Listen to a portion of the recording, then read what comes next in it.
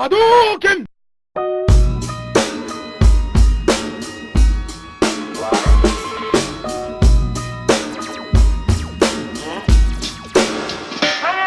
竜巻旋風脚。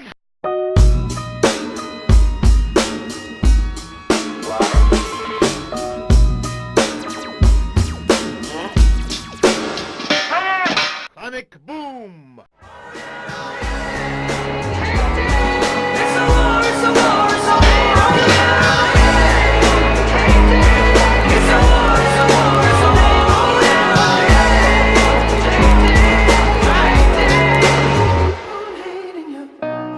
When you protest and you picket, man, you're waging war on the wicked. They ain't gonna have you out here trying to expose them. No, and the bad man are winning. They've been waging war on you from the beginning. And you just ain't gonna have it when they try and control you. So, oh yeah, so why you are waging? Oh yeah, so they are waging. I swear, look over there, it's amazing. How they get to where we've got the liberties they're taking.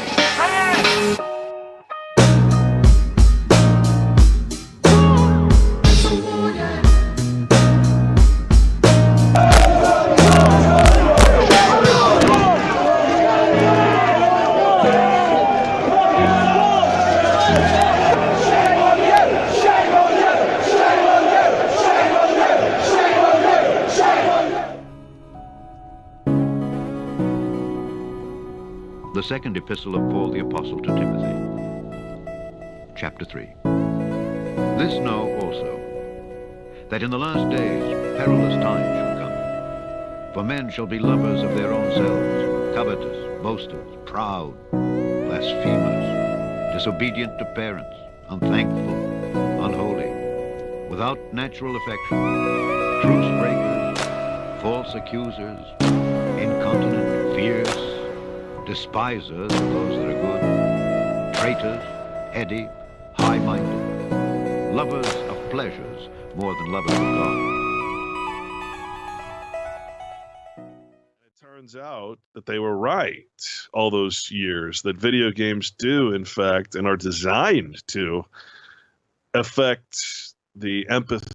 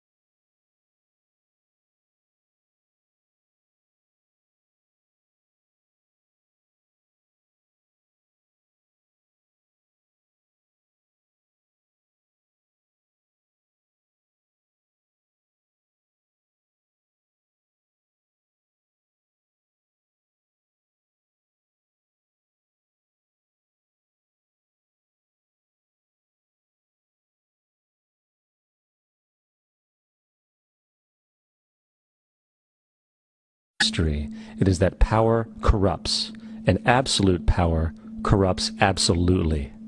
This is Aaron Russo, a filmmaker and former politician.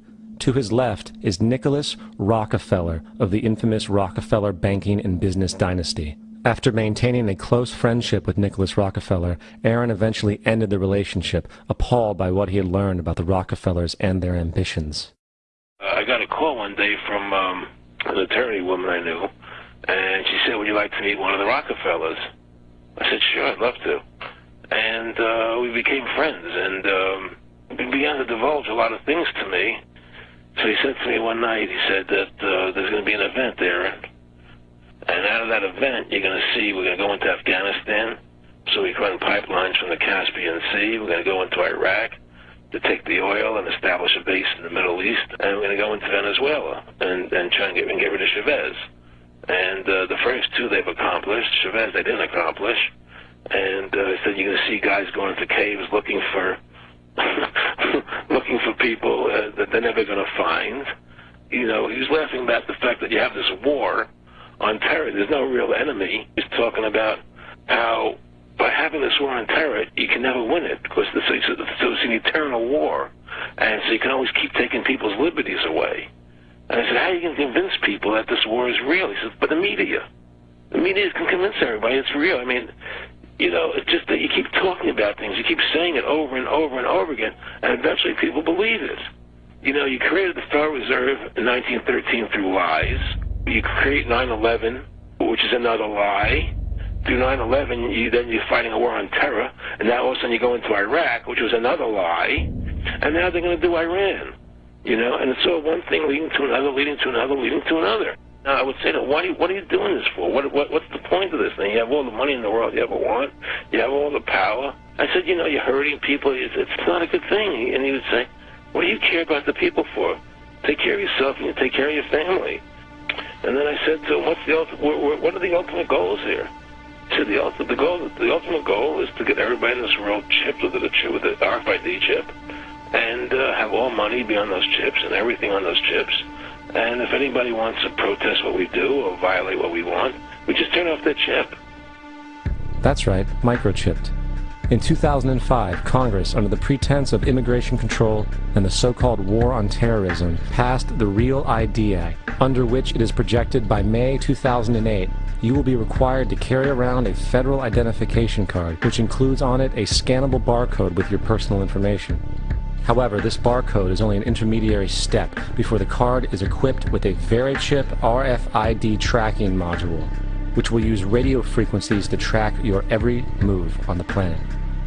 If this sounds foreign to you, please note that the RFID tracking chip is already in all new American passports.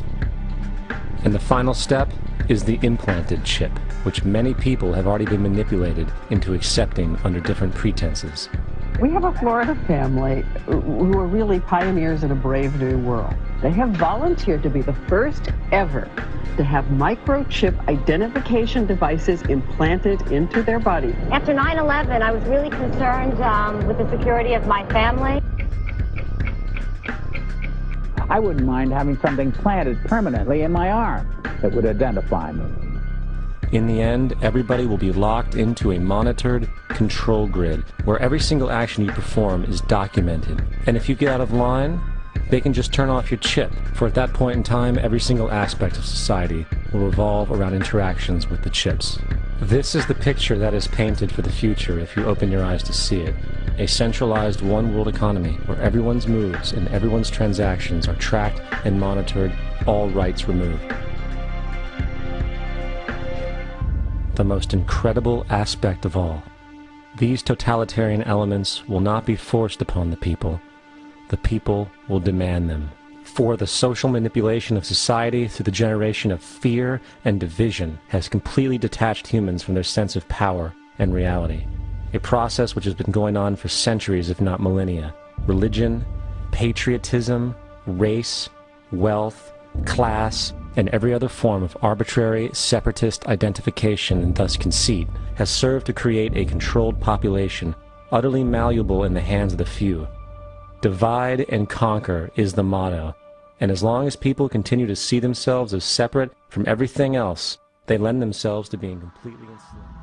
Approximately 2,500 prophecies exist within the ancient scriptures, each chronologically built upon the previous.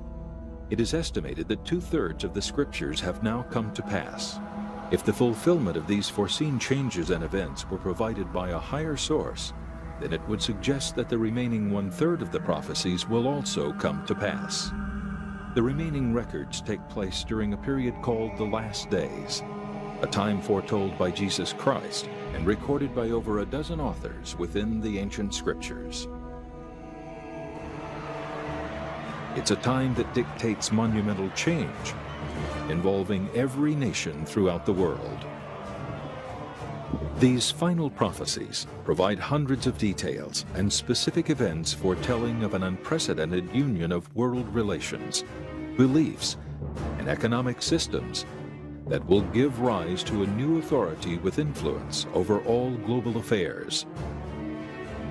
But as soon as the world achieves this new union and declares peace and safety, mankind will be on the brink of war, an unprecedented destruction that is foretold to end 2/3 of the global population.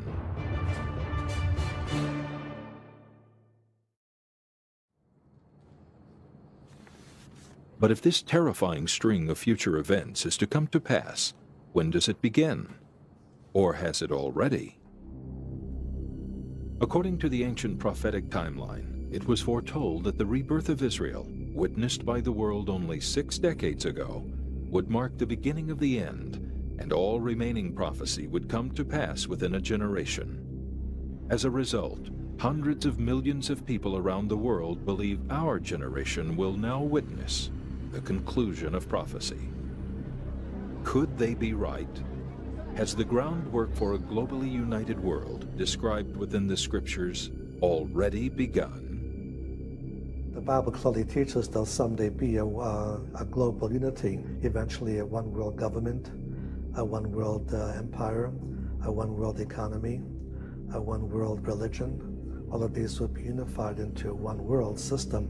If these prophecies are true, there'll be radical changes, much more radical than the world has ever experienced before. You have the predictions that the world will move towards a globalized government. It doesn't mean that the world will be one specific kingdom, but one homogeneous kingdom, a kingdom made up of all kinds of nations that cooperate together. As the scriptures portray, the last days will not bring in a new single global nation as many imagine, but rather a new homogeneous world with superseding global authorities and laws, an unprecedented ideology that has already begun. The world certainly seems to be headed towards globalization. The various different countries and groups and personalities seem to be working to come together in some way, shape, or form. We have whole sections of the earth that are now being united. We've seen what has happened in the European Union, the joining of the nations over there into one group. They do have someone who exercises authority. They have a court system that crosses over into the various countries and overrules and has superior authority over the various countries, something I never thought I'd ever see in my lifetime. 27 of some of the world's most influential countries, including Germany, France, and Spain, are now part of what the world recognizes as the European Union. Rather than being defined as a new single nation, these governments rather act as one and have maintained their borders, individual identities, and languages. What makes this union such an unprecedented change in political relations was the birth of a new authority, court system, and shared financial system that supersedes each individual nation. A concept that only a generation ago was unimaginable. But why is this trend in globalization occurring? Prophecy foretells that this new world will not be one enforced upon the people, but rather it would be demanded by them. Prophecies foretell that the world will believe this is the solution to establish peace and harmony. We see these things beginning to take place. And the book of Revelation in chapter 13 lays out that these things would take place in the end times. So what we're seeing is the preparation for these things. Politically, the world is starting to agree we need to become one. We need to be united. It'll solve all of our problems. However, according to the scriptures, this globalization will not solve the world's problems. The early stages of globalization has been creating a world in which nations and cultures can no longer ignore one another, and that in itself has helped to create an environment of increased conflict between fundamental ideologies and belief systems. Prophecy clearly states that during this early period of globalization, there will be widespread wars and rumors of war, and that peace will be removed from the earth. Much of what this prophecy foretells can be seen within the radical conflicts that have evolved into global terrorism and the constant threat of attack. It is a modern issue that now affects nearly every region on Earth. In order for there to have, or there to be political unity on the face of the earth, one of the things that divides from a world's perspective is the fact that there are so many religions on the face of the earth. Even within Christianity, we see multiple divisions from different types of Christianity.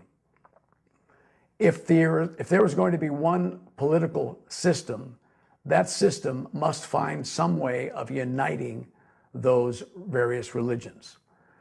There has to be an attitude of acceptance and tolerance and finding common ground in all of the religions that everybody could basically ascribe to, and then they could form that one world religion, and they would be able to promote the unity politically that they want. The terrorism that we see that is based in religious ideology today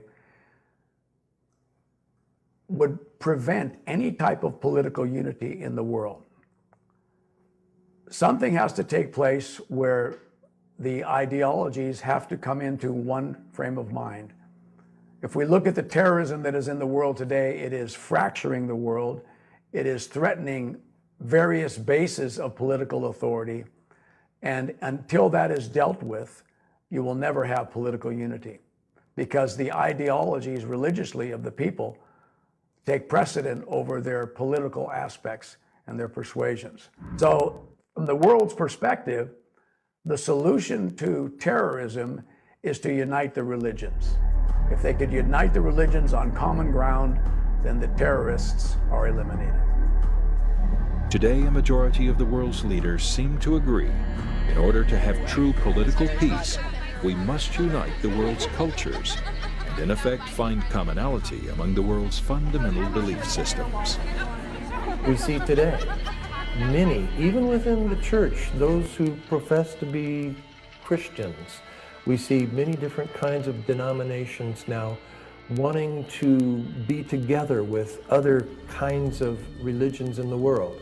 We see the Catholic Church trying to unite many different kinds of religions and having a common prayer service together.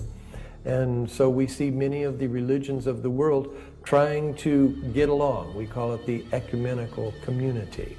And that's just part of what the Bible says that will be coming in the last days. Every day, working for the devil's pay. The young souls that went astray, listen and you hear them say, that's my way, that's my way, build down a hole, no one's gonna come and save my soul, that's my way, no going back, I'm stuck right here, and that is God said let there be light, created Adam and Eve. Then he gave them eyes and told them both to believe in something they will never actually physically see. Then the devil came along and planted a seed, and doubts started growing from the ground like trees, right up to the sky, so profound it seemed to be the only thing in this life that wasn't a dream. Made from stone, steel and iron beams, the council blocks to defiantly mean, and bullied the sky so everybody could see. Some birds were caged and will never be free, and gradually people began to change their beliefs, until God was nothing more than just a fictional being. The worship of money merged all colours and creeds into one true religion that was driven by greed. Corporate machines trying to sell you shit you don't need on the television, and the outbreaks in between. The people only cared about material things, not the lives of other fellow human beings, and I'm guilty of it too, or so it seems. So Drew, Yeah. you've been a really busy boy. Like really, really busy. Why are you doing it? Why am I doing it? Because I love expressing myself, you know, and I think that the music and film are powerful tools to change people's ways of thinking. And I feel that in the country we live in, the society we live in, with all the issues we have, people need to change their way of thinking through alternative learning. And it's, you know, something you can't learn in school. It can only be taught through the music we make and the films we make. And do you think that the stuff that you're doing is going to counteract the other stuff that's been going on in music and film for a long time?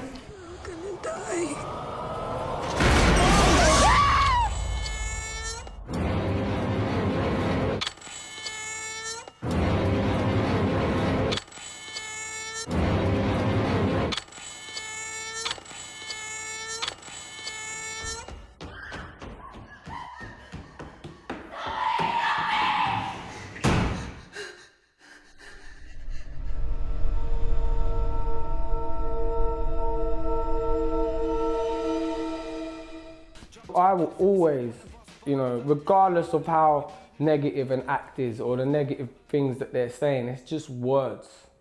It's just words. But what the government are doing, that's not words, that's actions. That's real, tangible actions where they are systematically ruining young people's lives. When your last album came out, Ill Manners, it was described as a soundtrack to the kind of anti-austerity, anti-establishment movement or theme at that time. Do you think things have got better or worse since then? I think from when you're seeing that kids think it's okay to go around throwing acid in people's faces just because they want their motorbike, I think, you know, we can say that it's got worse. It's obviously got worse. The problem is that the way we deal with these kids is we say that they need to be punished. That's the problem. There must be another way of counteracting this issue. Plan B's new album draws on a range of contemporary instrumentals. At a time, a darker sound from the underground hip-hop genre drill has become the new controversial sound of the streets. One item that's been blamed for the kind of rise of hostility on the streets has been the rise of drill music. Do you think that that has any responsibility whatsoever? Ain't nothing changed from when I come out and they was trying to pin it on me and say that I was the problem when I was the complete opposite. Ain't